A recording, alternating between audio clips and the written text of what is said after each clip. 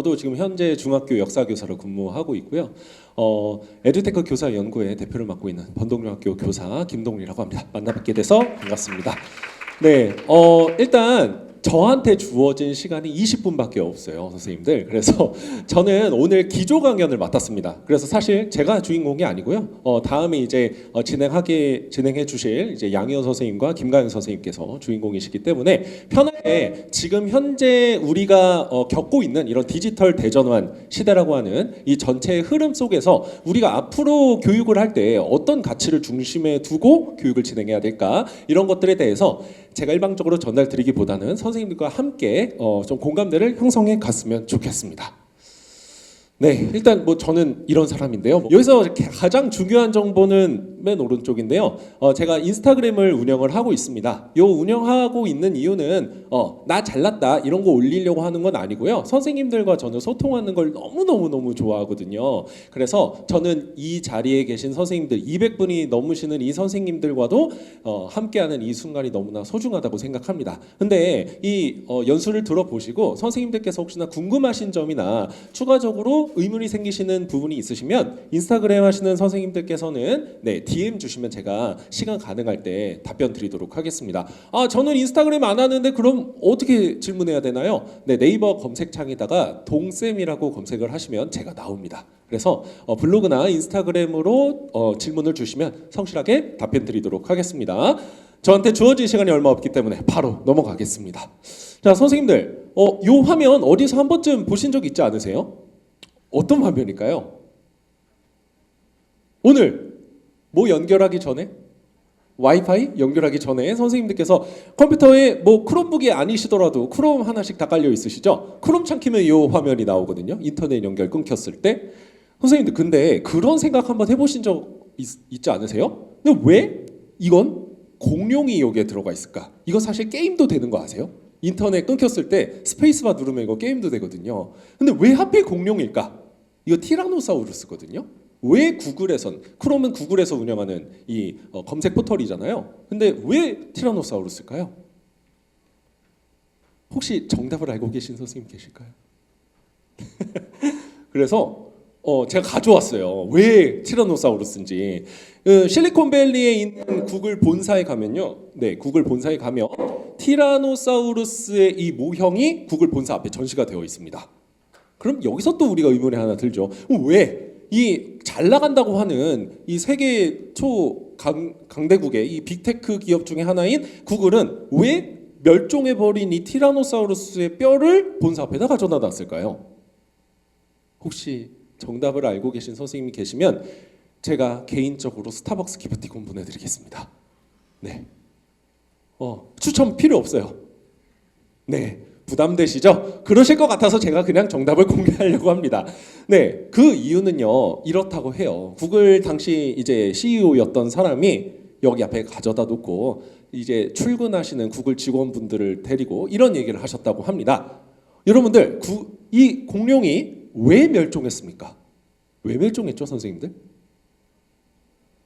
네, 뭐 여러 가지 뭐 운석 충돌도 있고 뭐 빙하기도 있고 여러 이유들이 있는데 이 결론적으로 얘기하자면 그거죠. 뭐에 적응하지 못했기 때문에, 환경의 변화에 적응하지 못했기 때문에. 갑자기 소름이 돋죠. 여러분들, 우리는 세계에 앞서 나가는 IT 기업입니다. 뭐에 적응해야 됩니다? 환경의 변화에 적응해야 됩니다. 그렇지 않으면 얘처럼 됩니다. 이걸 보여주기 위해서 여기다 설치해놨다고 해요. 물론 지금은 강한 반발에 못 이겨서 이제 다른 곳으로 옮겨졌습니다. 이거 어디로 옮겨졌냐면 경상북도청으로 옮겨졌습니다. 우리나라 경상북도청에서 이거를 사갔어요. 네, 도지사님이.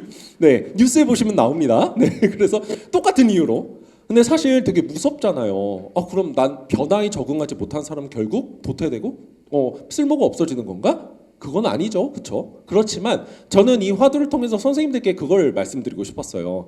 일단 지금 현재 교육의 환경, 더 넓게는 지금 사회 환경이 많이 변하고 있죠. 디지털 대전환 쪽으로. 그래도 우리가 이런 부분에 대해서 조금이라도 관심을 갖고 좀 우리의 교육 환경 변화에 대해서 인지를 하고 가치를 둬야 되지 않을까라는 부분을 좀 말씀드리려고 했습니다.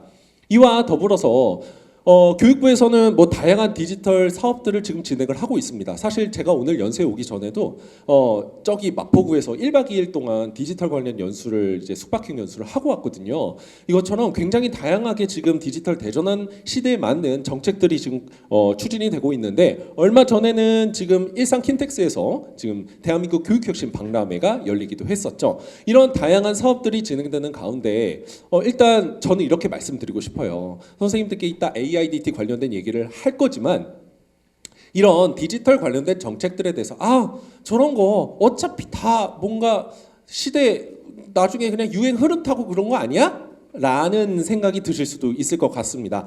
하지만 저는 이렇게 생각을 합니다. 우리 교육 환경이 변화하게 된 근본적인 이유를 한번 생각을 해보면 교육 환경이 변하기 이전의 시대에는 사회 환경의 변화가 있었습니다. 이 교육 환경도 결국 사회 환경의 변화에 흐름에 영향을 받을 수밖에 없거든요.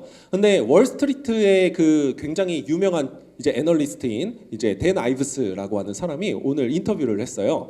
지금 AI 산업의 이 진행 단계는 오후 10시밖에 안 된다. 오후 9시밖에 안 된다. 이렇게 얘기를 해요. 근데 진짜 파티는 언제 열린다? 새벽 4시에 열린다. 라고 얘기를 합니다. 그래서 이 AI 혁명에 관련된 이야기들을 하면서 결국 이런 세계화의 흐름 속에서 이 AI 혁명에 관련된 이야기들이 교육 현장에도 계속 도입이 되고 있습니다. 선생님들께서 아마 올해 그리고 작년 주구장창 들으셨을 거예요. 교육부에서 하이테크 하이터치 라는 그 말 정말 귀에 딱지가 얹도록 들으셨을 텐데 특히 우리 혁명 동지 선생님들, 교실 혁명 선도교사 하신 선생님들 아마 엄청 들으셨을 겁니다. 근데 이 말이 결국 2024년부터 등장한 게 아니거든요.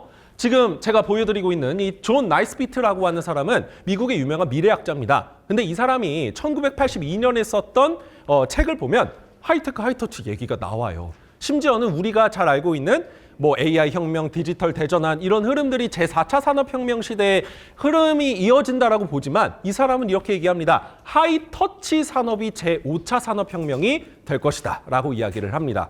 그것처럼 사실 선생님들께서도 느끼시겠지만 테크가 중요하다기보다는 이 테크를 통해서 우리가 하이터치, 즉 인간적인 감성을 어떻게 달성할 것인가, 장기적인 교육 방향성, 가치를 어떻게 구현할 것인가가 굉장히 중요하다라는 거겠죠.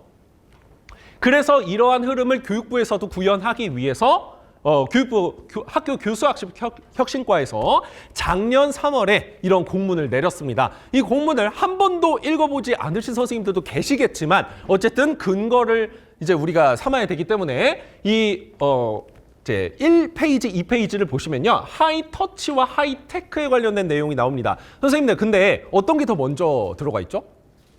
하이터치에 관련된 내용이 먼저 들어가 있죠. 더 중요하다라는 뜻입니다. 네, 그렇죠. 그래서 근데 이 하이터치가 산업적으로 이야기하는 하이터치와 교육적으로 이야기하는 하이터치가 다릅니다.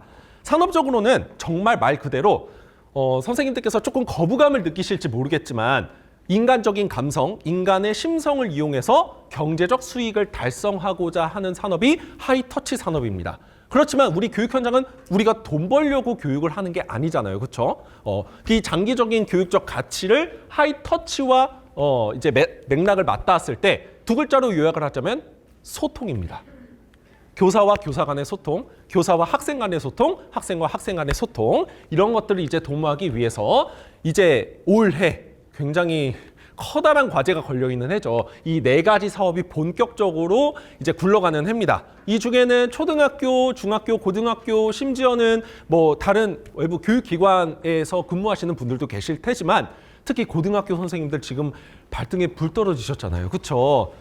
저는 중학교에 있지만 익히들을 알고 있습니다. 최성보 아시죠? 최소 성취 수준 보장을 위한 이제 여러 가지 사업들 굉장히 고민이 많으실 텐데 어쨌든 이 사업, AIDT라고 하는 이 사업 때문에 학교 현장에서는 정말 발칵 뒤집어졌습니다. 그리고 교육부는 이제 AIDT를 막 도입을 하는 과정에서 많은 어려움을 겪다 보니까 또 그 많은 어려움이 학교 현장 선생님들의 이러한 강한 저항의 목소리뿐만 아니라 이런 다양한 기업들과의 이런 연관관계 측면에서 실질적으로 당장 구현이 어려운 과목들에 대해선 연기를 발표를 했습니다. 그래서 제가 가르치고 있는 역사도요. 연기가 됐어요. 2028년에 도입을 하겠다. 심지어는 국어, 실과, 기술과정, 생활영어, 정보통신은 도입하지 않겠다라고 발표를 했습니다. 그래서 선생님들께서 지금 이러한 흐름이 그럼 앞으로 어떻게 될까요? 제가 미래학자가 아닌 이상 이런 거 예측을 못하겠죠. 그렇지만 중요한 것은 이런 흐름 속에서 어쨌든 우리 교육도 디지털 대전환에 맞춰서 앞으로 장기적인 방향성을 가지고 갈 것이다 라는 건 확신을 갖고 저도 생각을 하고 있습니다. 그런데 사실 제가 말씀드리고 싶은 건요. 선생님들 AIDT가 이래서 좋습니다. AIDT 써보세요. 무슨 교육부 홍보대사 마냥 이렇게 말씀드리고 싶지 않아요. 저는 오늘 본질로 돌아가려고 합니다. 선생님들 작년부터 올해까지 에듀테크에 관심 없으신 선생님들이라 하시더라도 AIDT 안 들어보신 선생님 없으실 거예요. 근데 AIDT가 지금 굉장히 위기의 직면에 있죠. 이제 법적인 공방까지 갔는데요. 이걸 교과서의 지위로 놓느냐, 교육자료의 지위를 놓느냐를 가지고 최근에 법안이 통과되면서 더더더 불길이 붙고 있습니다. 하지만 오히려 저는 이 상황을 더 불길 속으로 들어가자 보다는 조금 더 밖으로 떨어져 보자라고 이야기를 드리고 싶어요. 이 AIDT가 물론 효과성이 있기는 하겠죠. 네, 여기에 메타버스나 학생 참여를 할 수 있는 양방향 디지털 소통 플랫폼이 가미가 된다라고 한다면 장기적인 측면에서는 교육적 효과성을 끌어올릴 수 있다고 저도 공감합니다. 그런데 이런 것들을 구현해 나가기 위해선 일단 우리 구성원들의 폭넓은 의견 수렴이 필요하겠죠. 이것이 안 됐기 때문에 지금 이 지경까지 왔다라고 저는 생각을 하거든요. 그래서 이런 실질적인 환경적인 조건을 정비하는 거, 선생님들께서 항상 고민하시는 행정 부담, 그다음에 학교에서 늘 고민하시는 예산, 이런 부분들을 좀 해소해 나가야만 이런 것들이 제대로 도입될 수 있다라고 생각합니다. 그래서 저는 솔직히 개인적인 입장으로 말씀을 드리자면 AIDT에 찬성하는 편입니다. 그 시기의 문제를 놓고 보면 의견이 달라질 수 있겠지만 장기적인 측면에서는 AIDT가 분명히 교육 현장에 도움이 된다라고 생각하지만 오늘은 저는 조금 다른 이야기를 해보려고 해요. AIDT만이 만병통치약이 아니죠. 우리는 AIDT에 대한 이야기들이 나오기 전에 충분히 많은 에듀테크 활용 수업을 꾸준히 해왔습니다. 선생님들 제가 올해 5년 차가 됐거든요. 작년에 일정 연수를 받았습니다. 그래서 제가 임용이 되던 2021년을 되돌이켜 보면 선생님들 우리 2021년에 교육 현장에 어떤 변화가 있었죠? 네, 코로나의 여파가 가장 이제 극을 찍고 이제 고점을 찍고 약간 장기적인 추세로 전환되던 시기였습니다. 저는 그때 되게 이제 신규 교사다 보니까 청운의 꿈을 품고 이제 교육 현장에 왔겠죠. 그래서 제가 임용고시를 마스크 끼고 본 첫 세대거든요. 그래서 그때 당시에 아이들 보고 싶은데 물론 지금은 잘 모르겠습니다. 네, 근데 아이들 보고 싶은데 볼 수가 없어요. 그리고 아이들이 2주마다 등교를 합니다. 자, 이런 상황 속에서 내가 어쨌든 난 수업으로 아이들한테 다가가고 싶은데 어떻게 할 수 있느냐. 그때 활용했던 게 에듀테크였습니다. 아마 대부분의 선생님들 비슷한 의견을 가지셨을 거예요. 이미 우리는 AIDT에 대한 이야기가 나오기 전부터 해왔던 겁니다. 우리의 수업을 끌어올리기 위해서, 우리의 학급 운영을 끌어올리기 위해서, 또 조금 더 먼저 나가셨던 분들은 업무를 효율적으로 만들기 위해서 이미 써보고 계셨던 겁니다. 저는 그걸 잊지 않았으면 좋겠습니다. 지금 사실 사회적 분위기뿐만 아니라 선생님들조차도 너무 AIDT에 경도되어 있으신 선생님들이 많으신 것 같아요. 제가 만나보면. 근데 이런 부분들을 조금 더 멀리 떨어져서 본질로 한번 돌아가 볼게요. 사실 제가 신규 교사로 발령 났을 때 가장 먼저 들었던 이 질문이 이거였거든요. 아, 동훈쌤, 왜 동훈쌤은 역사 수업인데 왜 에듀테크를 활용해? 라는 질문이었어요. 이 중에 역사 선생님이 계신다면 아마 공감을 하실 텐데 사실 선생님들 역사 선생님 하면 떠오르는 이미지 어떠세요? 저 오늘 한복 안 입고 왔죠? 네. 느낌이 있죠, 약간? 약간 이 뭔가 약간 기다란 막대기 같은 거 들고 오늘은 보니까 입춘이구만. 약간 이런 느낌의 약간 좀 심지어 아이들조차 이렇게 생각을 합니다. 근데 저는 그런 이미지로부터 조금 벗어나고 싶었거든요. 그리고 역사 선생님이야말로 가장 트렌드한 선생님이 아닌가라고 저는 개인적으로는 생각을 합니다. 그래서 트렌드한 즉 아이들에게 쉽게 수업으로 다가갈 수 있는 효과성 측면에서 어떤 수업을 하면 될까를 찾다가 저는 에듀테크를 만났습니다. 초등학교에서도 이제 초등학교 5학년의 사회교과에 이제 역사 파트가 등장을 하죠. 한국사, 그쵸? 그 파트와도 마찬가지인데 아이들이 역사를 싫어하거나 아이들이 역사에 관심이 없는 이유를 좀 알아보면요. 대부분들 이렇게 얘기를 합니다. 쌤, 윤봉길 의사가 물병 폭탄을 던져서 그게 우리나라 독립을 끌어당기는데 네, 의미가 있었다는 걸 알겠어요. 근데 그게 저랑은 무슨 상관이죠? 라고 이야기를 해요. 실제로 제가 받았던 피드백이었습니다. 솔직히 우리 흔히 쓰는 말로 마상이죠. 마음에 상처를 입어요. 역사 선생님들은. 이 중요한 가치를 아이들한테 알려주고 싶은데 스스로 깨닫게 해주고 싶은데 아이들은 정작 느꼈을 때 유명한 사람인 건 알겠어. 근데 나랑 뭔 상관? 이렇게 돼버립니다. 사실 아이들의 마음도 충분히 이해는 가요. 그래서 이걸 연결시켜주고 싶었습니다. 윤봉길 의사든 어쨌든 윤봉길 의사는 1930년대 활동하셨지만 20년대에 이 중국, 우리나라 임시정부가 세워졌던 중국의 상황과 아이들이 살아가고 있는 2024년, 지금 25년이 됐지만 장소도 다르고요. 엄청나게 많은 시간적 거리감이 있습니다. 이 시공간적 거리감을 어떻게 하면 축소시킬 수 있을까? 그걸 찾다가 저는 에듀테크를 만났어요. 특히 메타버스를 만났습니다. 이 메타버스는 선생님들께서도 잘 아시다시피 시공간적 제약이 없죠. 그래서 이 공간이야말로 내가 역사 인물을 아이들에게 구현시키고 그 역사 인물과 아이들이 서로 소통하고 그리고 소통한 내용을 기반으로 아이들이 자기가 느낀 점을 가지고 AI 챗봇을 이용해서 다른 사람한테 자기가 느꼈던 역사적 사례를 소개해보는 이런 활동들이 진짜 아이들에게 의미를 남길 수 있겠다라고 저는 생각을 하게 됐습니다. 그래서 지금까지 이런 방향성을 가지고 수업을 진행을 해오고 있고요. 역사 수업 사례를 말씀을 드렸지만 저는 모든 선생님들께 해당되는 내용이라고 생각을 합니다. 에듀테크 활용 수업의 핵심이자 기초로 한번 돌아가 볼게요. 일단 제가 연수를 나가보면 선생님들께서 가장 많은 질문들을 주시는 것 중에 하나가 동훈쌤 그래서 제가 에듀테크 아무것도 모르거든요. 물론 이 자리에 계신 선생님들은 다 에듀테크를 활용해 보셨거나 관심이 있으셔서 오신 분들이겠지만 처음 접하시는 선생님들은 이렇게 느끼세요. 그럼 내가 어떻게 시작해야 되는데요? 이렇게 물어보십니다. 제가 그래서 이렇게 말씀드려요. 일단 애들은 회원가입 없는 게 최고입니다. 그리고 그러니까 회원가입이 있다면 정말 간단하게 축약시켜야 됩니다. 저는 이렇게 생각해요. 제가 에듀테크 교사 연구회 대표라는 직함을 갖고 있기는 하지만 저는 복잡한 코딩 그리고 복잡한 교수 설계 안 하고 못 합니다. 저는 그런 거 필요 없다고 생각을 해요. 그런 것들은 개발자, 우리 미리 캠퍼스 대표님, 미리디 대표님이나 하시는 활동들이지 교사가 해야 될 필수 활동은 아니라고 생각을 합니다. 우리는 교육자입니다. 그렇기 때문에 교육적으로 아이들에게 쉽게 접근하고 효과성을 끌어올릴 수 있는 것들이 중요하겠죠. 그리고 몰입도를 위해서 게이미피케이션, 저는 이것들을 많이 활용하거든요. 즉 게임화 교육을 이제 도입을 해서 많이 에듀테크 활용 수업에 이제 가미를 하고 있습니다. 그리고 저만의 팁인데요. 아마 대부분의 선생님들께서도 공감을 하실 것 같습니다. 수업의 완성을 위해서 저는 이제 수업 설계를 하고 나서 미리 베타 테스터를 모집을 합니다.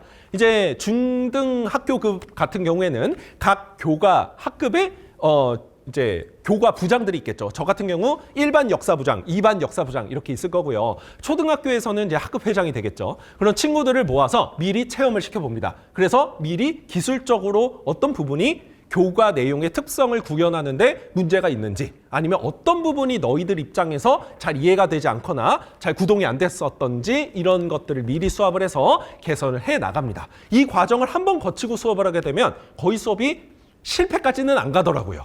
그래서 저도 사실 수업 초반에 엄청나게 에듀테크 활용 수업 많이 망했습니다. 그래서 그 망한 수업 사례를 통해 많이 배웠어요. 이런 과정을 통해서. 자, 그리고 두 번째 제가 드리는 팁은 복잡한 에듀테크가 좋은 에듀테크가 아니다. 미리 캔버스처럼 이런 단순하고 직관적인 이제 에듀테크가 좋은 에듀테크가 될 수 있겠죠. 그 중에서도 미리 캔버스 외에도 굉장히 많은 저작 도구들이 있습니다.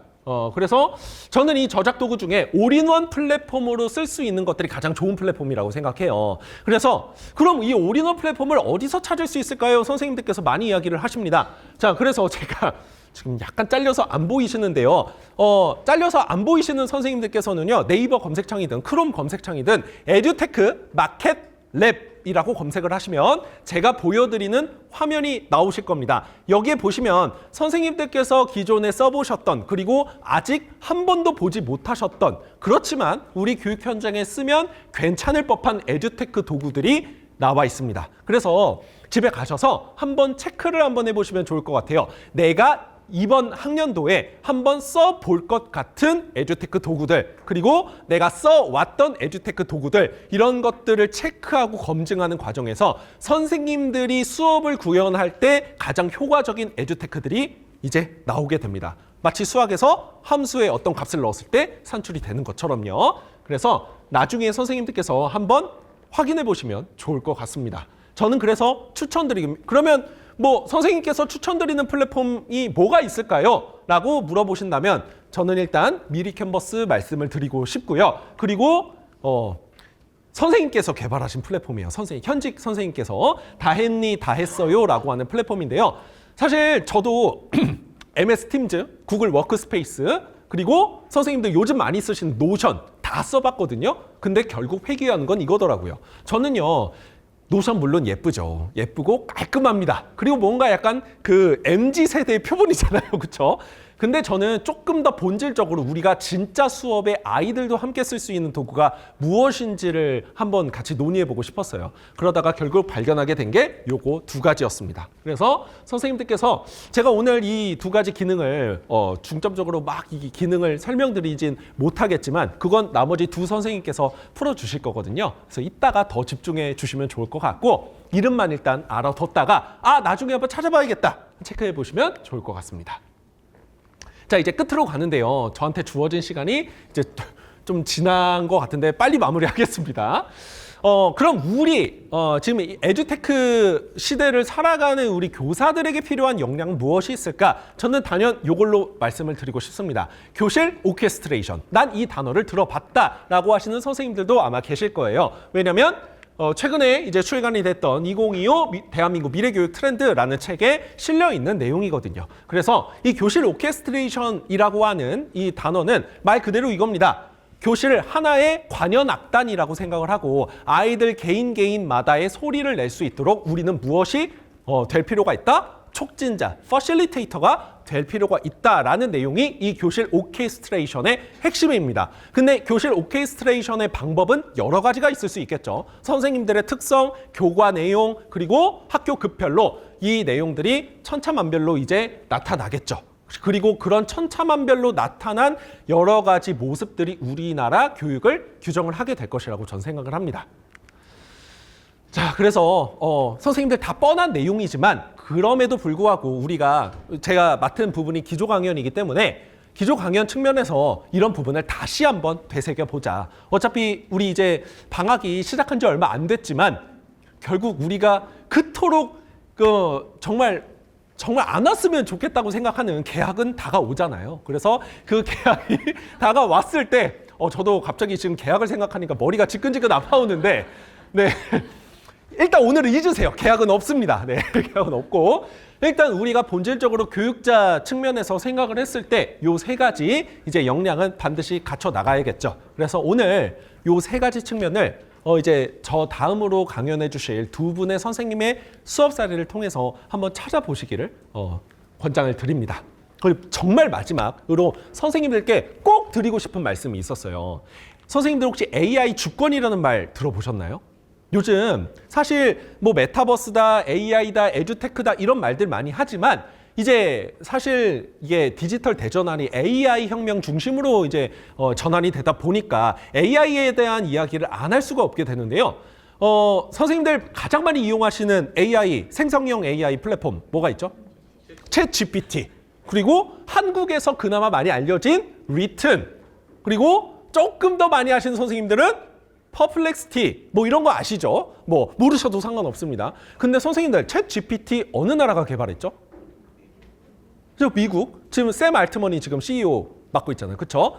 미국이 개발을 했습니다. 자, 그러면 각 나라마다 개발된 이 플랫폼들이 있죠. 근데 챗 GPT가 같이 이렇게 대규모, 그러니까 정말 많은 지역에 영향력을 미치는 AI 플랫폼은요, 미국에 대해서 부정적인 견해를 가지고 있을까요? 혹시 생각해 보신 적 있으세요?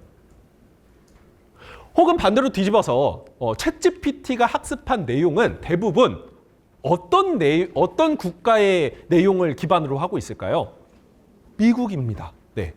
그 반증 사례를 말씀을 드릴게요. 챗GPT가 이제 이미지 생성 기능이 많이 고도화됐음에도 불구하고 제가 역사 선생님이니까 이순신 장군이 한산도 대첩에서 승리하는 모습을 그려줘! 라고 이제 챗GPT한테 명령을 입력하면 얘 어떻게 그려줄까요? 한번 그 활용해보신 선생님들은 아실 테지만 어떤 모습이 나올까요? 진짜 충격적입니다. 일본 장수가 일본인들을 지휘하는 모습이 나옵니다. 왜 그래요? 미국이 우리나라를 싫어하기 때문일까요? 아닙니다.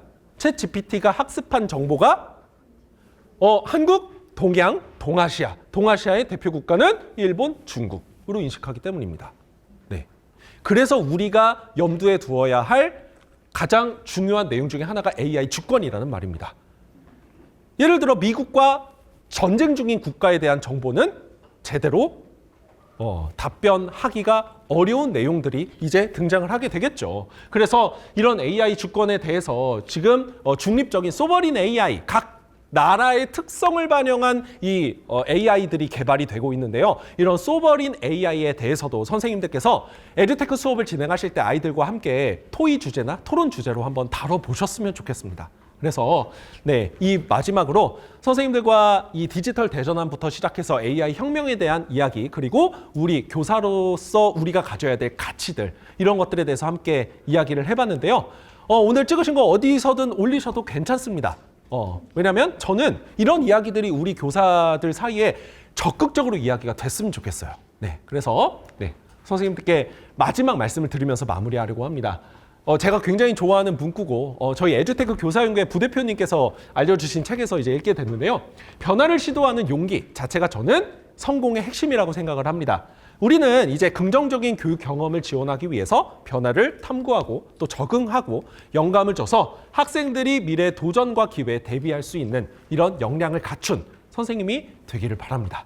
혹시나 또 궁금하신 점이 있으시면요. 제가 운영하고 있는 에듀테크 교사연구회는 언제나 선생님들에게 문이 열려 있습니다. 그래서 이런 변화의 한순간에 선생님들과 함께 늘 저는 같이 하고 싶습니다. 이상으로 발표를 마치도록 하겠습니다. 감사합니다.